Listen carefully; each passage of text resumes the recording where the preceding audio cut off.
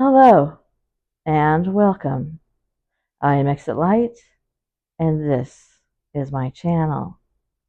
Today I'm going to tell you about the disappearance of a man named Matthew Greene. He vanished and was never seen again. Before we get started, please give this video a thumbs up. If you're not subscribed, please do so and share the video if you'd like. Let's talk about Matthew. Who was Matthew Greene? Well, he was a high school math teacher in Nazareth, Pennsylvania, and he lived in Bethlehem. He was a very experienced hiker and an outdoorsman. For example, he was in Papua New Guinea for 3 years while he served in the Peace Corps from 1998 to 2001. He was born on September 8, 1973, to Robert and Patricia Greene, and he was the second of 4 children. He grew up in rural Pennsylvania in the Franklin Township, and he developed a love for the outdoors from a very young age. He was a Boy Scout, and he often went hunting and fishing with his dad. Matt went on to study at Clemson University in South Carolina before he transferred to and graduated from Pennsylvania State University. He was experienced in the backcountry and mountain climbing and regularly posted his summit attempts on summitpost.org. His climbing partners said he was very skillful on ice, he was calculated in the outdoors, and he was not one to take risks. Matt thrived on adventure, and he ran the Boston Marathon. He explored overseas, and he spent time conquering peaks across both California and Colorado. Matthew was 5 feet 11 inches, about 155 pounds, with brownish blonde hair and blue eyes. Matthew Greene arrived in Mammoth Lakes a few days before he met up with his friends John and Jill Greco on June 28, 2013. He set up camp at New Shady Rest Campground on the edge of town, and he paid through July 7th. John, Jill, and their 9-year-old son checked into a hotel nearby. Over the next 10 days, Matt and John climbed many of the region's classic routes at places like Crystal Crag, Clark's Canyon, the Benton Crags, and the Gong Show Crag. They also did a few of the Eastern Sierra's classic alpine routes, including the North Couloir, North Peak near Yosemite National Park, and the V-Notch on Pulmonia Peak near Big Pine. During Matthew's trip to Mammoth, his Subaru was in and out of the repair shop. It would get fixed, then it would overheat, driving up a steep grade, and he would have to take it back to the mechanic. It was finally diagnosed with a blown head gasket, which was going to take an additional time to repair. John and Jill were scheduled to leave Mammoth Lakes on July 7th, as John had a working meeting in California the next day. Matt planned to leave for Colorado to meet up with other friends. That morning, the whole group hiked to Emerald Lake and Mammoth Lakes Basin before Matt continued up the trail to Mammoth Crest, and John and Jill headed down to their car to begin the drive south. It was the last time that any of Matt's friends or family would ever see him.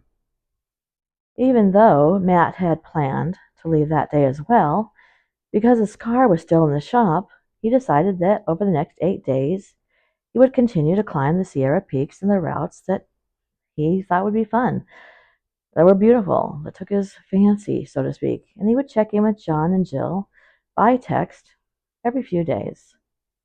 On July 8th, Matt solo climbed a 10,560-foot peak in the Ritter Range, which is west of Mammoth Lakes.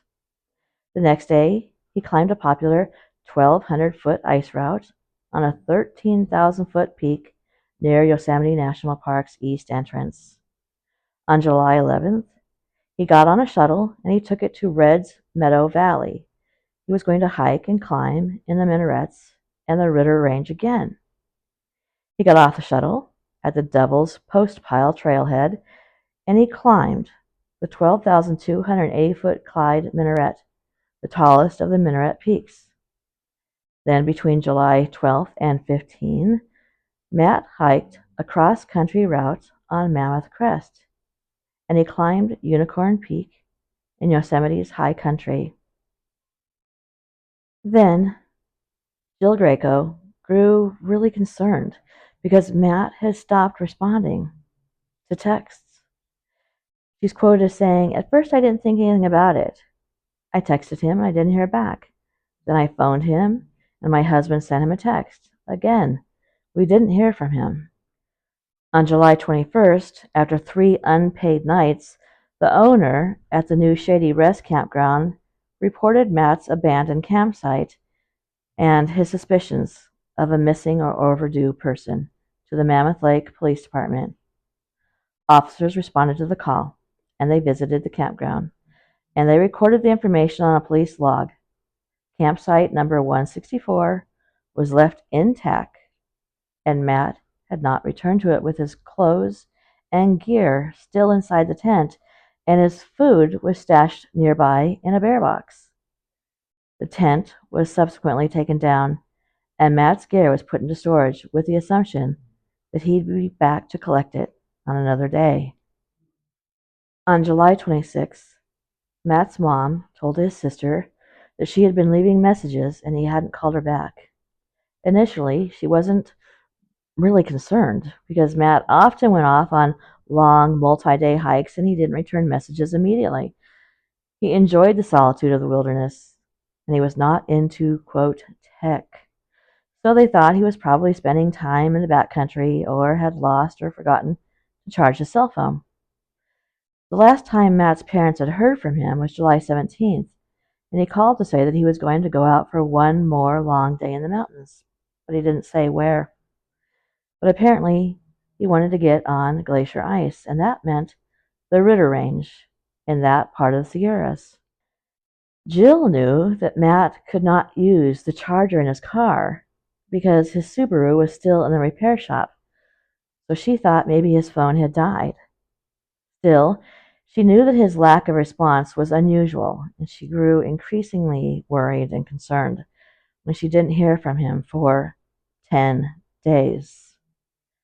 John Greco called Tony, Matt's friend, that he was planning to meet in Colorado, and he asked him if he had arrived, but he hadn't. So a week after the campsite was packed up and put into storage, Jill called Norco Goodyear Car Repair Shop to ask about the Subaru, and she was told that it had been ready since July 18th. The repair shop had called Matt, but he had not responded to a message saying that the car was ready and he had not come to pick it up. Jill then called the Mammoth Lakes Welcome Center and she talked to a ranger. She asked that someone go check on his campsite, but the ranger insisted that she file a missing persons report first. So 13 days after Matt had vanished, he was officially reported missing. More than 2 weeks after Matt had talked to his parents, Detective Hornbeck contacted Verizon for an emergency information request, and they said that his cell phone had been powered off for quite some time and there was no way to track the current location. The last ping was registered to the cell tower on Mammoth Mountain on July 16th. The ping created a cone-shaped triangle with towers in Fresno and June Lake, indicating that Matt's phone was located within that region, which consists mostly of the Ansel Adams Wilderness. On July 31st, Detective Hornbeck notified Bill Greene at Mono County Sheriff Search and Rescue. But since Matthew Greene did not tell anyone where he was going and his car was still at the shop, they couldn't determine where there was a starting point to search for him.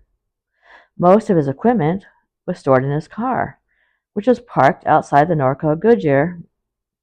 Well, he had been waiting for the repair, and after it was repaired.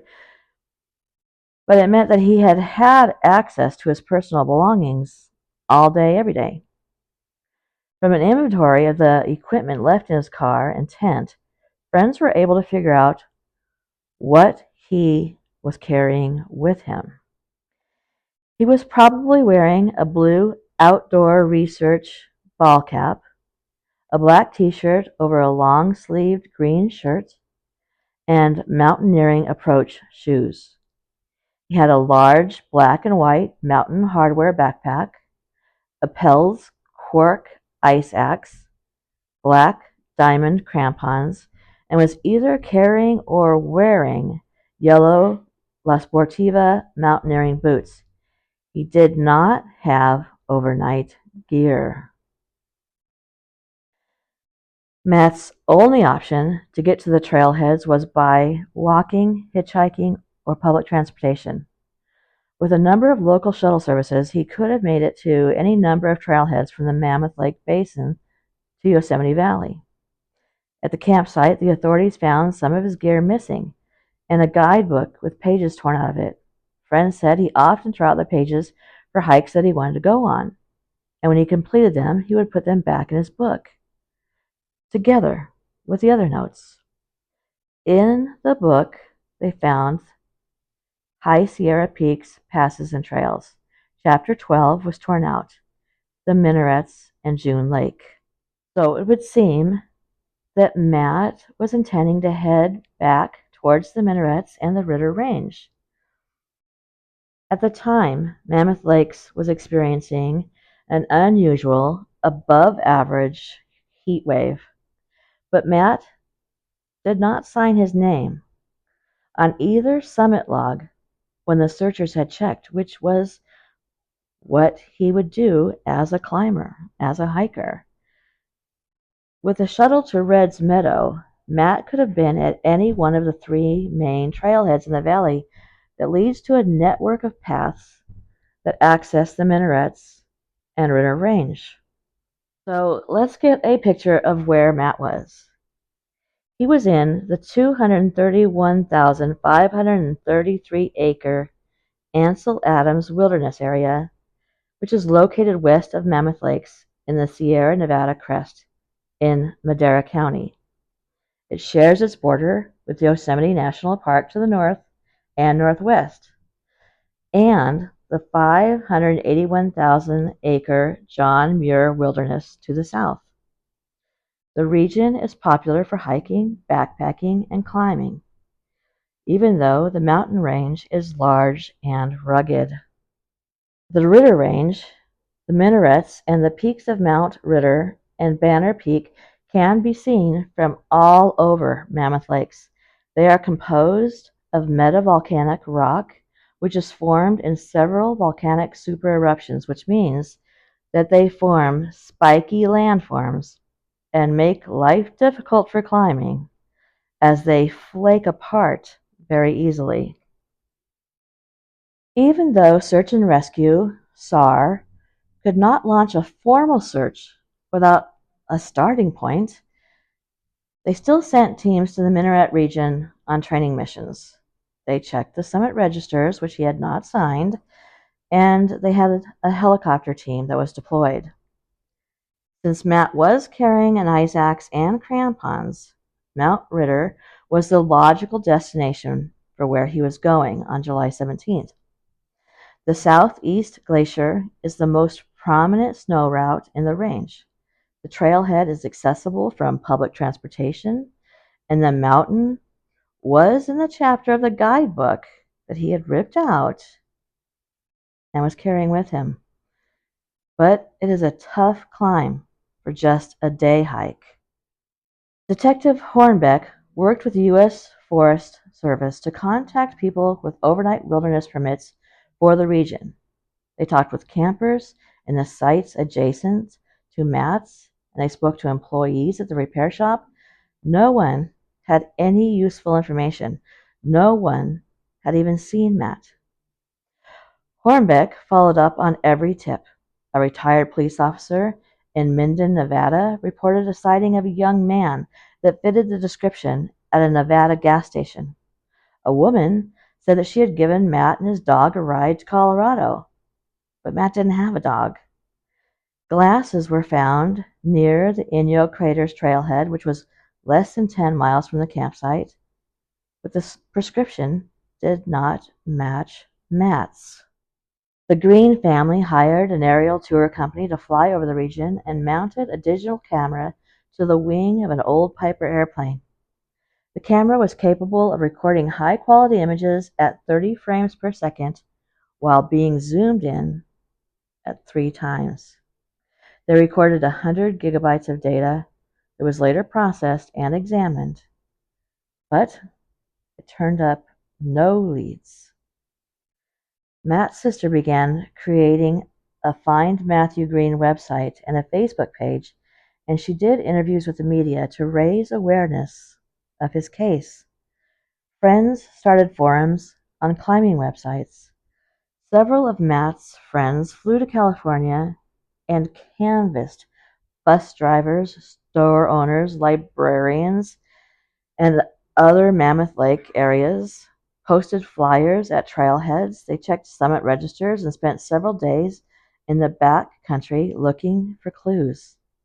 California search and rescue personnel also volunteered their time because remember, they couldn't start an official search. So it was volunteers. Despite this extensive effort, there was no trace of Matthew ever found. In 2014, Matt's dad, Robert, who was 69 years old, spent the summer in Mammoth Lakes and he hiked nearly 700 miles. He was exploring the trails that Matt had enjoyed and climbed for the first time. John Greco led Robert up Crystal Crag so he could stand on a summit that Matt had also stood on in 2013. In August 2014, Matt's campground neighbors returned to the area and saw a missing person sign. They called the police department and met with Detective Hornbeck and Bill Greene from Search and Rescue. They said they had invited Matthew to go for a hike with them, but he declined. He did not say, or they could not remember, where he was going. So what happened to Matthew Greene? Despite all the efforts to find Matt, they failed. There was no trace of him. He vanished. Matt did not have any known pre-existing medical conditions. An animal attack is unlikely as the area does not have grizzly bears. There were theories that he had been kidnapped on the way to the Minaret area while hitchhiking or had a run-in with the owners of his car's repair shop. Given he was such an experienced outdoorsman, it seems strange that he could have disappeared so completely. But the mountains in that area are not without hazards. The Mammoth Lakes Police Department did not find any evidence of foul play, and the possibility of suicide was quickly ruled out. Well, they didn't find his body or his clothes, so if he had committed suicide, I would assume they would find those. Matt did not have any financial troubles. He was single, and he showed no signs of depression. When the Gracos last saw him in Mammoth, Jill said he was his normal, optimistic self. John Greco said, and I quote, "At the time of Matt's disappearance, I had a pretty strong suspicion that he had gone to Mount Ritter, but reflecting on it and revisiting the area last summer, I'm not so sure. I don't think the climb itself would be particularly appealing to Matt. It seems like somewhat of a slog with limited technical challenge." And then he added, "There is a lingering feeling of emptiness and sorrow that just dampens my enthusiasm for most things I do. I haven't done any mountain climbing since Matt disappeared, with the exception of the searches we did for him. I could attribute it to lack of partners, work, and family responsibilities getting in the way, but in truth, I just haven't been motivated to make it happen." Bob Greene said, "I've got to go with the people who know the most out there, and I can't disagree with their findings or their points. There's always a 1 in a million chance that something else went on." Is it a 1 in a million chance, though? As he was hitchhiking, he was picked up by some crazy or something like that. There's other theories. They feel that he's somewhere in the Ritter Range, and I wouldn't have walked some 657 miles if I didn't believe them. The Ritter Range is very challenging, and it would not be impossible to die on the steeper parts. But remember, Matthew was described as someone who was not only very capable, but he did not take risks. The mud of volcanic rock can be difficult even for experienced climbers. It is crumbly and slippery and completely different from the granite nearby. With the equipment that Matthew had with him, the fact that he didn't have any overnight equipment, and very little food and water in that area where he went, the strongest person is only going to survive 3 to 5 days, and that is without an injury. Is it likely that Matthew suffered a fall somewhere that killed him outright, or rendered him injured and immobile, and he died from either the injuries or combination of injuries and exposure to the elements? Or could it be something else? Hopefully one day we'll know, and Matt's friends and family can get some closure. And then again, maybe not. Thank you for coming to my channel, and good night.